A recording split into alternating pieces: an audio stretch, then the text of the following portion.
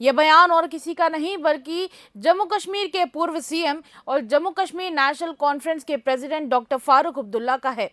दरअसल आज के दिन डॉक्टर फारूक अब्दुल्ला ने अनंतनाग के कोकरनाग में विजिट किया, जहां पर मीडिया से बातचीत करते हुए उन्होंने एक बड़ा बयान दिया है। चलिए इस बारे में बातचीत करते हैं और इस बारे में और एक्सप्लेनेशन देने के लिए, इस मामले को और ज़्यादा अच्छे तरीके से बयान करने के लिए हमारे साथ जुड़ चुके हैं हमारे अनंतनाग के संवाददाता शाहिद हसन। शाहिद, क्या आप मेरी आवाज़ सुन पा रहे हैं? जी जी जी। शाहिद, वहां पर आज कोकरनाग में क्या हुआ? क्योंकि डॉक्टर फारूक अब्दुल्ला के द्वारा एक बड़ा बयान दिया गया है जिसमें वो कहते हैं कि अगर सुप्रीम कोर्ट का दरवाजा खटखटाना पड़ा तो वो भी हम खटखटाएंगे अगर जम्मू कश्मीर को स्टेटहुड मिलने में और ज्यादा देरी हो जाती है तो।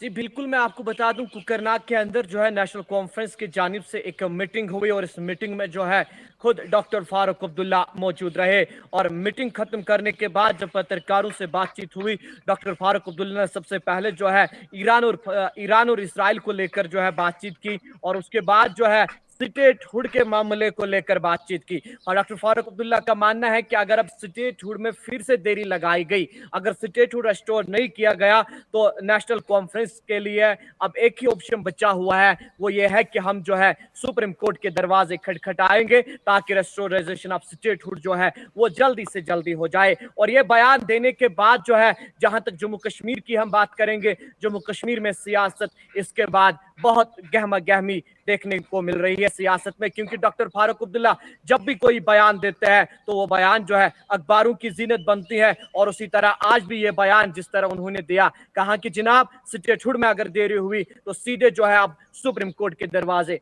खटखटाए जाएंगे। जी देखिए शाहिद, एक बात तो है कि जम्मू कश्मीर में सरकार बने हुए 8 महीने से ज्यादा समय होने वाला है और दूसरी तरफ लोगों के भी कई जी तरह के सवाल आ रहे हैं कि आखिर स्टेटहुड की जब इतनी बार मांग की जा चुकी है तो स्टेटहुड क्यों नहीं मिल रहा है। तो दूसरी तरफ जहां पर डॉक्टर फारूक अब्दुल्ला की बात करें तो आजकल 370 और 35 ए के बारे में बात होनी कम हो गई है। तो आज के दिन जो ये बयान दिया गया है, क्या उस दौरान उन्होंने 370, 35 ए या जम्मू कश्मीर के लिए किसी भी प्रकार के कोई स्पेशल स्टेटस की मांग की है या नहीं? जी बिल्कुल, आपने जो सही फरमाया कि जब नेशनल कॉन्फ्रेंस ने चुनाव लड़ा, जी 370 जी 35 से जो है ये मैनिफेस्टो में था, मगर जी चुनाव जीतने के बाद अभी तक जितने भी इनके कमिटीज की मीटिंग हुई है या जितने भी वर्कर्स कन्वेंशन हुए हैं, 370 और 35 पे एक खामोशी देखने को मिल रही है। और जिसपे कहीं ना कहीं मेंबर पार्लियामेंट जो सेंट्रल कश्मीर के हैं, जो चुनावों के दौरान स्टार कंपेनर रहे थे, जब उसमें कुछ ऐसे लीडरान हैं जिन्होंने पत्ते नहीं खोले थे, मगर जब आगा रूहला ने कंपेनिंग की वो पत्ते खोलने में कामयाब हुए थे। अब जो है आगा रूहला भी कह रहे हैं कि पार्टी मेरी नहीं सुनती है। आगा रूहला का भी ये मानना है कि 370 और 35 पे खामोशी करना जो है वो कश्मीर के लोगों के साथ धोखाधड़ी है, क्योंकि हम देख रहे हैं कि जब से चुनाव जीता अब सरकार को जो है 9 महीने भी मुकम्मल होने वाले हैं, मगर 370 और 35 पे बात नहीं हो रही है। बात जो है स्टेटहुड पे हो रही है और इस पे जो है नेशनल कॉन्फ्रेंस की अगर हम अंदरूनी पार्टी की बात करेंगे, उस पे एक दूसरे के जो है कहीं ना कहीं लग रहा है कि एक दूसरे से नाराज है। क्योंकि अगरुल्ला मेहदी ने हाल ही में एक इंटरव्यू दिया जिसमें उन्होंने कहा कि फिर हमारे और सैयद अल्ताफ बुखारी और सज्जाद गनी लोग के बीच क्या फर्क रही, क्योंकि अल्ताफ बुखारी साहब भी कह रहे हैं कि स्टेटहुड हम ला के देंगे, सज्जाद लोन साहब भी कह रहे हैं और बुखारी साहब ये भी कह रहा है कि यहाँ पे जो है जम्मू कश्मीर में किसी पार्टी के पास दम ही नहीं है स्टेटहुड लाने का, अगर दम है तो वो अपनी पार्टी के पास है। मगर इस तरह की खामोशी जो है वो कहीं ना कहीं सवालात खड़ा कर रही है, क्योंकि 370 35 पे बात नहीं हो रही है,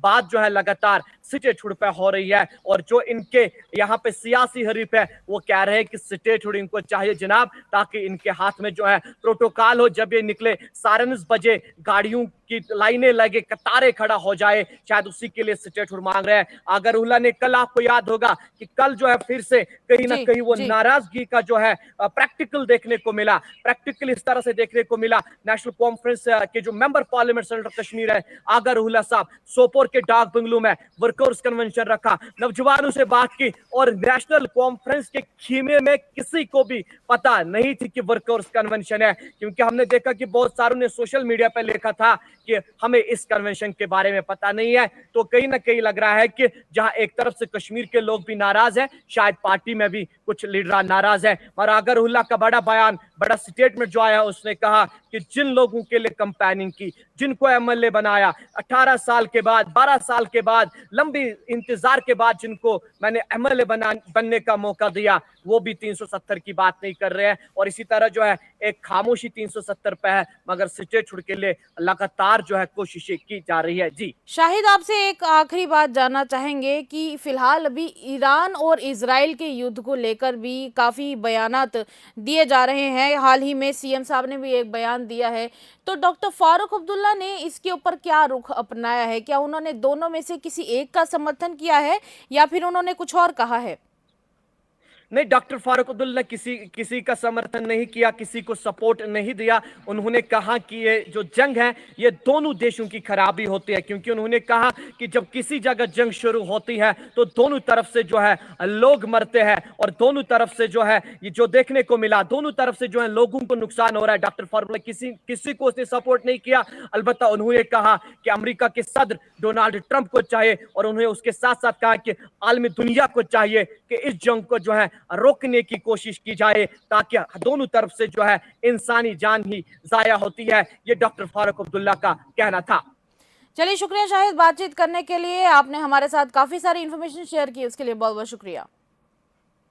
तो इसी के साथ ये शाहिद ने हमारे साथ डॉक्टर फारूक अब्दुल्ला का बयान शेयर किया है। पर चलिए आपको लेकर चलते हैं डॉक्टर फारूक अब्दुल्ला के उस बयान की तरफ, ताकि आप भी उनकी बात उन्हीं की जुबानी उनसे सुन सके। बड़ा स्टेट उठा मैं जफर साहब, अब देखिए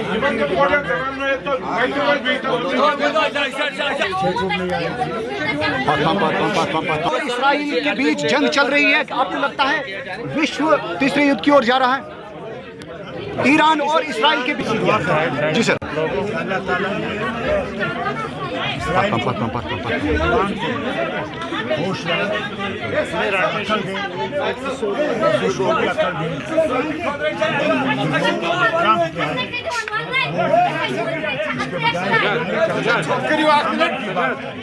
अमन से ही वहाँ पे हल हो सकता सर, एसडी एडमिनिस्ट्रेशन पर सवाल खड़े किए जा रहे हैं। असेंबली भी सवाल कर रहे हैं कि जो अभी 1 साल गुजर गया है, लेकिन अभी एडमिनिस्ट्रेटिव पावर है वो एलजी के पास ही है। 8 महीने हो गए, मुझे उम्मीद है वो स्टेट उठाएगा तो पावर सारे आ जाए। जिस तरीके से लोगों ने भी आज सर किसी भी मुद्दे को लेकर बात नहीं उठाई जो में चल रही है। इन लोगों ने एक ही बात की कि स्टेटहुड के लिए हमने वोट डाला था, हमने न बिजली के लिए न किसी चीज़ के लिए वोट डाला। इस हवाले से नेशनल कॉन्फ्रेंस डॉक्टर साहब का क्या स्टैंड है? देखिए, हम लोग का स्टैंड दिया, हम इंतजार कर, मगर अगर इनमें देर लगा तो हमें सुप्रीम कोर्ट में जाने की जरूरत कोई रास्ता नहीं। Thank you sir. Thank you. तो ये आपने सुना डॉक्टर फारूक अब्दुल्ला का बयान, और उन्होंने ये साफ तौर पर कह दिया है कि जो अननेसेसरी डिले हो रहा है, कहीं ना कहीं उनका ये बयान जिसमें अननेसेसरी डिले शब्द का उन्होंने इस्तेमाल किया है, ये एक बड़ा सवाल उठाता है कि कहीं वो एक बार सेंटर का दरवाज़ा खटखटाने की कोशिश तो नहीं कर रहे हैं। क्योंकि हाल ही में ये भी देखने को मिला कि जहां पर जम्मू कश्मीर के सीएम उमर अब्दुल्ला ने बार बार प्रधानमंत्री नरेंद्र मोदी के आगे ये गुहार लगाई है कि अब जम्मू कश्मीर को स्टेटहुड दे दिया जाना चाहिए, तो क्या अब ज़रूरत पड़ने पर सच में जम्मू कश्मीर नेशनल कॉन्फ्रेंस एक बार फिर से सुप्रीम कोर्ट का दरवाज़ा खटखटाएगी? भले ही पहले जम्मू कश्मीर की तरफ से सुप्रीम कोर्ट का दरवाज़ा 370 और 35A के लिए खटखटाया गया था, पर इस बार क्या स्टेटहुड के लिए दरवाज़ा खटखटाया गया था?